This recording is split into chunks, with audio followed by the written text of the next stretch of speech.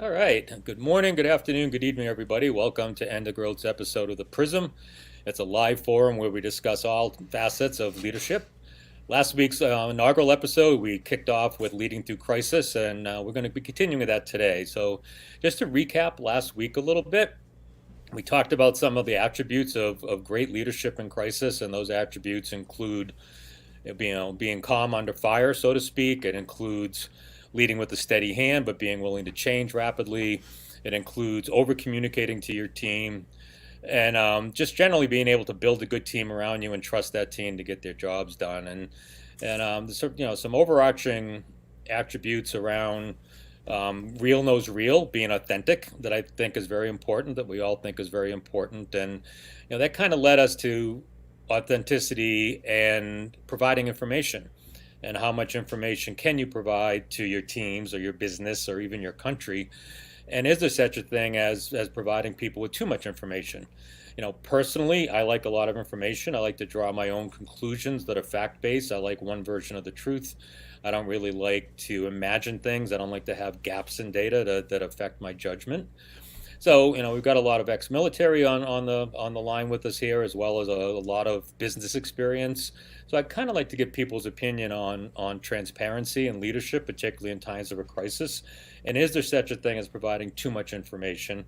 And if there is, what are the reasons for that? You want to kick us off, Tim Dunn?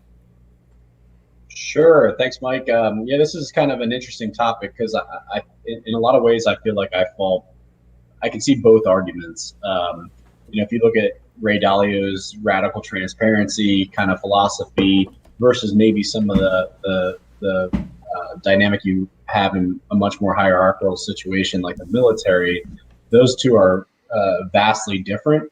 And I think I agree with certain points on both of them. Mainly, in the military, it's much more command and control environment. It's not very horizontal. Uh, every soldier is required by UCMJ to listen to their supervisor, direct supervisor, their leaders, unless of course it's an unlawful order. Where that if you go to maybe some horizontal commercial organizations, you're going to have folks where it's the norm to videotape conferences with leadership so that there's transparency into the decision making process and that sort of thing. In one sense, I think that the latter is probably not ideal in the sense that I think leaders and leadership teams, there needs to be friction and there needs to be conflict to get to a healthy resolution or a healthy way ahead. And I don't think, if it's a CEO and a chief operating officer, maybe your VP of sales or whatever that disagree with a way ahead, there's a time and a place for that to be hashed out, not center stage in front of the entire organization. So in one sense, in that scenario, I think that it's probably not good to have a very transparent process there. But in others where you're dealing with maybe how people are getting paid or the rationale behind the decision, to have the transparency there to once a decision is made by a leadership team, to come down to the organization and say, look, here's the direction we're going. This was highly contested at the leadership level, but we're now all in agreement that we're going this direction because of X, Y, and Z. So that transparency there, while it's not videotaping the conference where that all occurred, it still gets to convey what the decision is going to be, what the direction is going to be, and why it's the way it is. So anybody else want to share? That's kind of where I'm thinking with that. I think you're on mute, Mike. Sorry about that. Thanks. So let's pull the thread a little bit on the business side of it. And when you look at today's workforce and even society in general, people want to be more participative than ever. In the past, to go back decades, maybe people just wanted to go to work and be told what to do and put in their 8 hours and go home. But, particularly with our younger generations today, all the way up through the millennials, there's a great sense of satisfaction when you get to participate, contribute, be part of the decision making. And to do that, you need transparency. And it all also leads down to a sense of control. You want to feel like you have some semblance of control in your workplace. You want to feel like, and particularly in times of the crisis with the virus, that you have some semblance of control with your personal life. So I think um, I'd like to pull the thread a little harder on the business side of transparency. And if you look at culturally, how the general workforce wants to feel like they're participative, wants to feel like they have some ability to control their destiny. As a leader, how do you make those decisions? How do you do the right thing for your people and also make sure that you're not giving away too much in terms of your business, where maybe your competition could learn things they don't want to know? Well, one of the things that I would say, Mike, is transparency equals authenticity equals trust, and trust is the glue that binds any organization. Especially if you find yourself in this crisis where you're remote all of a sudden, and there's a sense of separation and disbursement. You got to build trust. So I think that's a core leadership principle, no matter what industry that you're in. But from a leader's perspective, you do have to have that sense of high trust as that glue in order to have that high trust. Again, I think it's authenticity, which leads to the transparency that you're talking about. So one of the common things that you're hearing probably out there all the time is communication, and being able to over communicate, but do it with purpose, do it with intentionality, and then do it in all different aspects. Probably there's a lot of leaders that are used to just shooting off emails and saying, I've communicated with the folks, but the realities are we have to do these kind of things too. Like, I think you have to, the way that you become transparent is to communicate in all various forms of ways that you can do it. Some people love to read, so it's email. Some people love to just hear something. Some people need to see it. They're visual, right? So I would say go across all spectrums to increase that level of transparency. And just like here, you can look at people's body language and start to see different things. I think it's So it's an important. interesting It's one twist, aspect. Jim. It's an interesting twist, though. So if you develop credibility and trust, does that mean you can give people less information because they're trusting what you have to say, and you can literally say, "Hey, just trust me on this. I can't tell you everything here, but you're going to have to trust me." Is that effective? Well, trust is earned, right? Trust is earned. So you've got to earn it first, right? So you have to build these things. You can't. It goes back to last week's discussion when we talked about deposits and withdrawals. Like you can't just say trust me, hey, I've got it, unless you truly have that trust. So you've got to really do a lot of those deposits of trusting through the different venues before you can withdraw that comment. Because every once in a while, like to Tim's point, if you get in a military scenario or if you have to do a financial disclosure, at a certain point, you may not be able to communicate something. So you have to be very careful when you say, trust me, I can't tell you what's going on. Yeah. Joe, what are your thoughts on this? I mean, it's a very interesting topic. I think, from a transparency well, let's go back to leadership and transparency. So, from a leadership perspective, there's so many dynamics here in the corporate world. I think that's a little bit different than the military world. But in the corporate world, I mean, if you're a CEO or leader of an organization, your job is to be able to communicate at all levels. So your clients essentially become your external clients, your customers, as well as all of your employees, your board, what have you, and be able to communicate openly and effectively is so important. But the way that one carries themselves, and especially through times like this, I feel that from a leadership perspective, if you carry yourself in a way that's down or in a mopey kind of way, people are going to think negatively about the company, not about you personally. So in other words, if something happened personally in your home, you kind of have to be able, just like anything else, separate that completely and put your game face on. The challenge then becomes is if you always have this game face on, people think you're kind of fake. So from a transparency perspective, what can you be transparent about, or what should you be transparent about, and what should you not be? And I think that's where it gets really hairy. In an organization like I had, and we participated in something. I don't know if you guys have ever heard of if you ever heard of Vern Harnish. He had put something together called the Rockefeller Habits, and it was very interesting. And I had come across this probably in 2010. And there's been a lot of case studies about it, what have you. But long story short is in that, it breaks down to your 1 year strategic plan, quarterly meetings with your entire organization, and then having plans. And in those plans and in those meetings where everyone's involved, it's about being transparent. However, I've also come across where I feel that there's folks that maybe when they get a hold of financials, I think Jim, you were talking about this. Some financial information may be harmful when you're completely transparent. And I say that in the sense of some folks may feel that,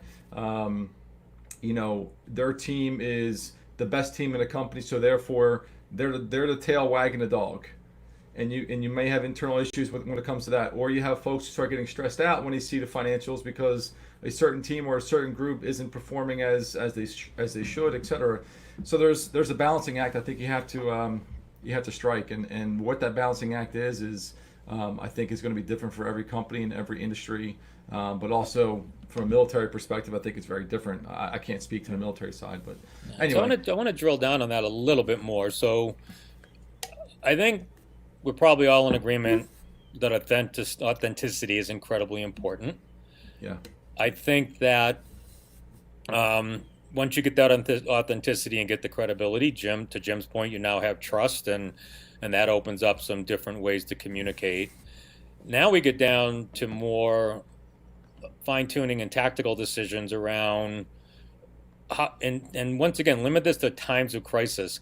How do we decide if a piece of information is going to help or hurt our constituents? So in your example, Joe, with the financials, if a company is in financial crisis and the leader is transparent about that financial crisis, everybody in the company could think they're getting laid off, and then they become paralyzed. Yeah.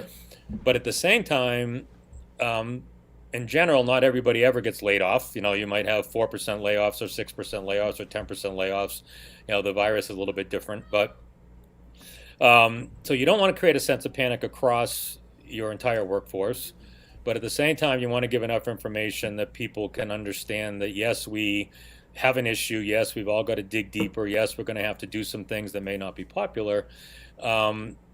You want people to feel involved, but once again, you don't want to paralyze your workforce. So who has some opinions on that, how you can start thin slicing and making those type of decisions?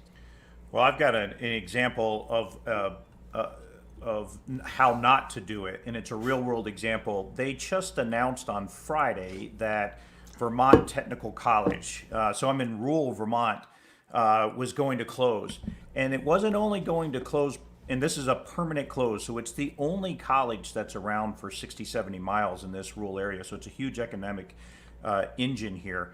And it was not going to close just because of the crisis, but because they had poor financials for the last 5 to 10 years, but it was never communicated. So all of a sudden, this little rural sleepy town that relies a lot on this one college in the area never realized, because the leadership the entire time was hiding the financial distress. And it was just this COVID crisis that took it over to the breaking point. And then they woke up on Friday going, the entire area is just closed down from the college. So it's just a good example of, I think they thought they were doing right by kind of holding the financial information just to the college board, and they were going to try to dig out of it. And then when the COVID crisis hit, it just collapsed. But the community is up in arms right now because they never knew how bad it was. So you're never going to get it back. The entire, the chairman of the board is, probably the most hated guy in Vermont today, and all of those kind of things. And it was all because he didn't walk that fine line. And I don't know what the answer is, Mike, but I don't know, there's a fine line of where you do have to share some information about bad financials, because then it builds into everything that we're talking about. All right. So one of our viewers, Mark, thank you, Mark, for the comment. He was actually answering a comment made by Yako. So he said, yes, those leaders are also losing trust in the environment because they're not putting their people first. So that's a very fascinating comment. Does a great leader always put their people first before the business? And if you do put your people first and the business second, does your people save the business? So what do you guys think about that in terms of crisis? Do you put, you build your own layer of trust? Once you get that trust, you're transparent with your team. And if you're transparent with your team and you put them first, they're going to be the greatest contributors to saving your business during that crisis. How do you guys feel about that concept? I mean, I think that's I mean accurate. I mean, in terms of transparency, there's an openness, and I think for openness, I think you have to involve the decision makers, the people who actually are active stakeholders, giving them a chance to be active in the decision making process. I think is important. When you hide things from them and your stakeholders, I think that becomes a problem. And to Mark's point, I think that was a great point. There's a lot of folks, a lot of stakeholders who are being shut out from the decision making process, and I think that creates a world of distrust. That's just my opinion. Right, so debate with me the concept of leaders are responsible for the greater good. They're been appointed to leadership roles, particularly senior leadership roles, because of their skill sets and capabilities in making solid business decisions and keeping the company viable. So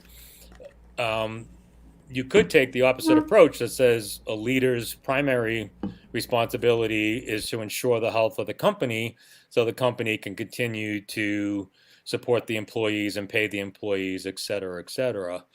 So that would be the flip side of the coin from Mark's comment online. And I think you're going to find a lot of leaders that support that they're going to say if they don't protect the business first, there are no people to serve inside the company, and there's no people for the leaders to serve, so to speak. What do you think of that one? I think that's I think that's right.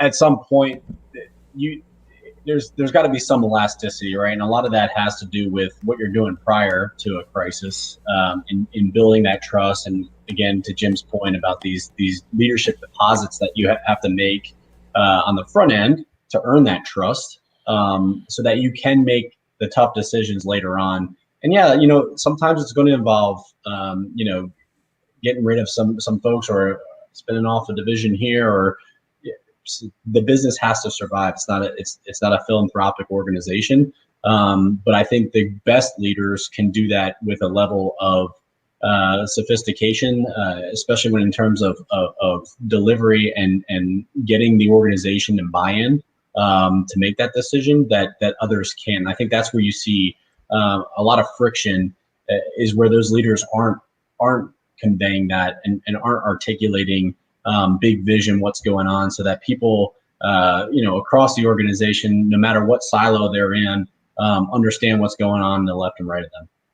So Tim, let's put that concept in a little bit of context with today's world, and talk to me a little bit about the pace of feeding information. So if you look in terms of this virus, everything seems to be fed in 2-week windows. So initially we're going to have a 2-week shutdown, then we're going to extend it 2 weeks, then we're going to extend it another 2 weeks.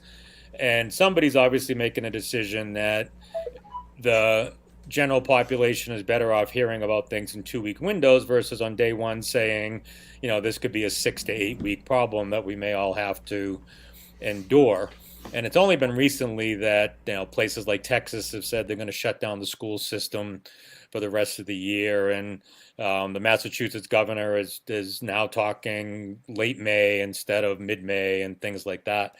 So talk to me about, as a leader, how you can look at your constituents, whether it's a general public or whether it's your employees inside a company, and how you can assess your culture or even assess the mood of society and decide the pace of information delivery. What would be some of the things you would look at to make those decisions, like resiliency standpoint?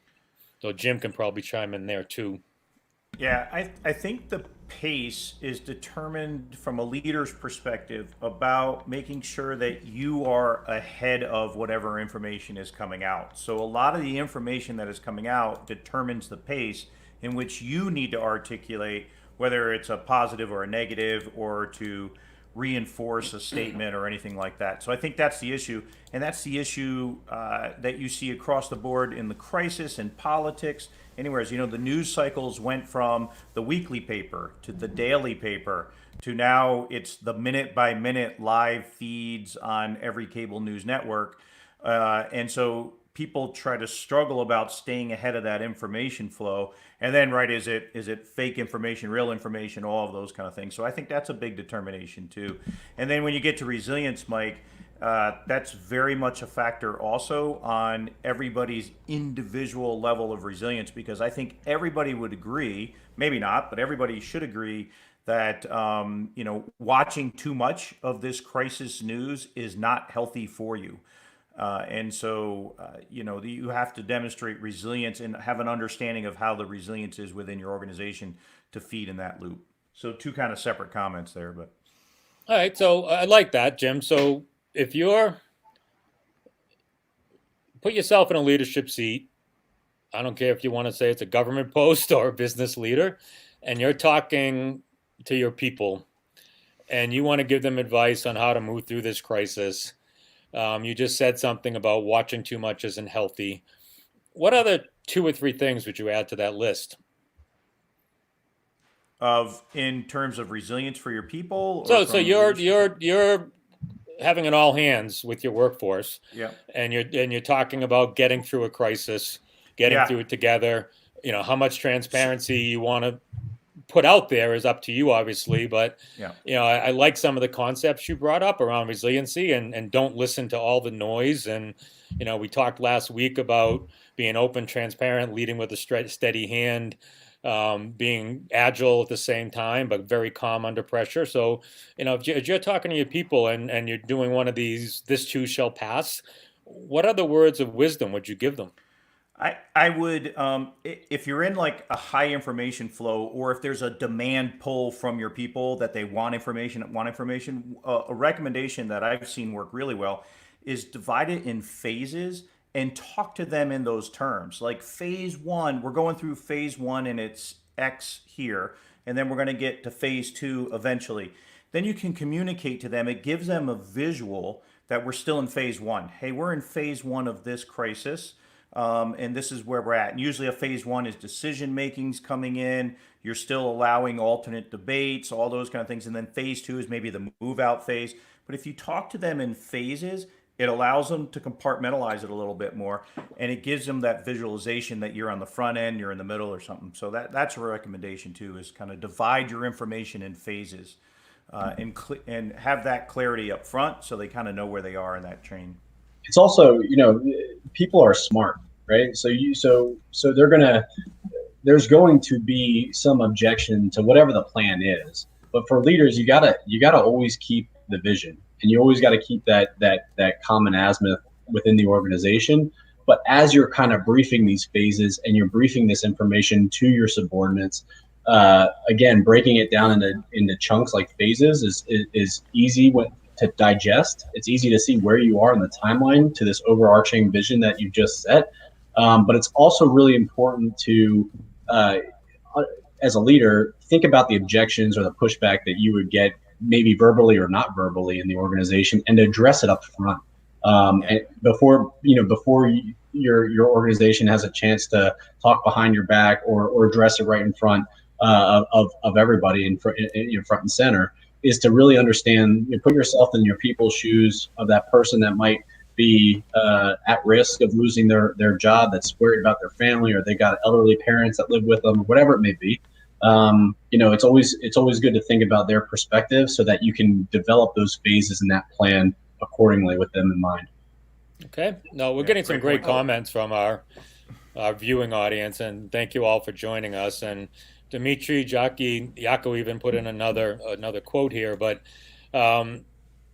what's happening with our viewing audience is they're really focusing on the concept of credibility and trust, and being able to be transparent once you earn that credibility and trust. And it's a perpetual process. It's not something that you just flip a switch.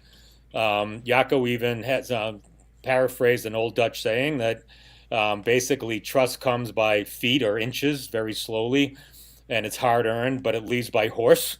So it leaves very quickly if you screw it up, so to speak. And I think that's very appropriate, and it's really a great way to close this conversation on that note. And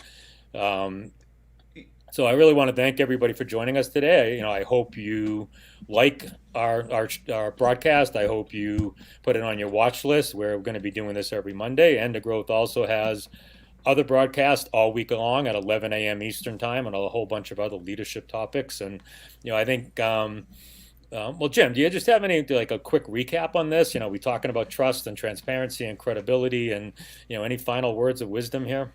Yeah, I think one of the things that we should take away from these live broadcasts is it's a generic topic that can be focused in every single person's life, whether you're a leader, a follower, a mentor, or a coach.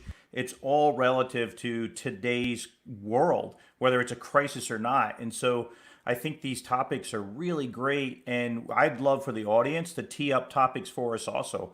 Like get in there and follow us and say, what do you think about this? And don't let us off the hook. If we left something open for discussion, we'll come back and address it next Monday, because I think it's important that we dive into these issues. And leadership's an everlasting topic. Leadership is things that have been demonstrated since the beginning of man, and they always will. But it's about these human connections, and so this is a great topic for us to talk about and just keep discussing. So, good stuff for sure. All right, so it looks like we do have some questions. So let's bring up some questions on the screen. So this would be great. So here's one. How should companies plan and be proactive to hedge risk impact against future crisis? How about you, Joe? You want to take that one? Oh Lord, I will take that one. Just real quick, there was another question before that I just wanted to bring up, and I thought it was a good one. Okay. And the question was, if you haven't built the trust during good times, it is arguably late to count on it during the bad times. I think it's a very, very, very valid point. So if you haven't built the trust during the good times, there is no light switch you can flick. You can't just flick it on during the bad times and hope to have that trust. And I think that's a great question for us to debate now is what happens during that time? Do you find another leader in your organization who has been very transparent, who can deliver the message, who can take your vision and be the delivery person for that? Or do you try to hopefully build a trust yourself during that time? I think that's a great question for us to tackle real quick if we could. Yeah, I think it ties right into what Jaco said earlier in his comment that you can't flip a switch. Trust and credibility is built up over time. It's built inch by inch, foot by foot. And if you don't do it right, it's going to leave on horseback very quickly. And so I think the simple answer to this is if you don't already have that trust and credibility going in, I don't know how you do it just by flipping a switch just because there's a crisis. Can't. It really has to be actually. So Dan's question, the first one, I think was about how companies can be proactive in this during times of normalcy instead of trying to do stuff in the crisis. It's a lot like a family, right? You have your neighborhood of people. It's like keeping up with the Joneses. You could be over levered. You could be buying things you shouldn't be buying. You can not be doing the things that are going to give you the safety net for times of crisis. Businesses are the same way. They should be thinking about, okay, I don't know what's around the corner, but if it's something bad, then I need to have every resource possible to basically weather that storm for the sake of my people. That's what good leaders do. And so I think it's all about kind of going back to what are you doing in times when the pressure isn't on, as a leader to better equip your organization to thrive in the future, regardless of what the external environment is. Yep. Great comment. Yeah. And I think one of the things that will come up from this crisis is remote work.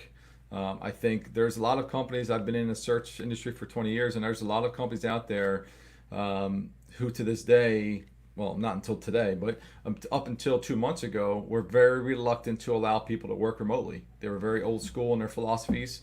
And I think you can't, if you're going to continue to operate moving forward through this crisis, you just have to wipe those old school mentalities away, because it's going to have to be a way to future. For future crises, if you can't have a platform for your organization to exist and to be able to operate, whether it be a certain percentage of your workforce to work remotely, I think you'll have a problem. And then the other thing I think is redundancies. Is just having redundancies in your organization from an operational perspective.